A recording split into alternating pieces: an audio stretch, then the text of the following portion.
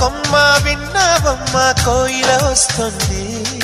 విన్నానమ్మ తీయని వేణువు రమ్మను పిలుపులని.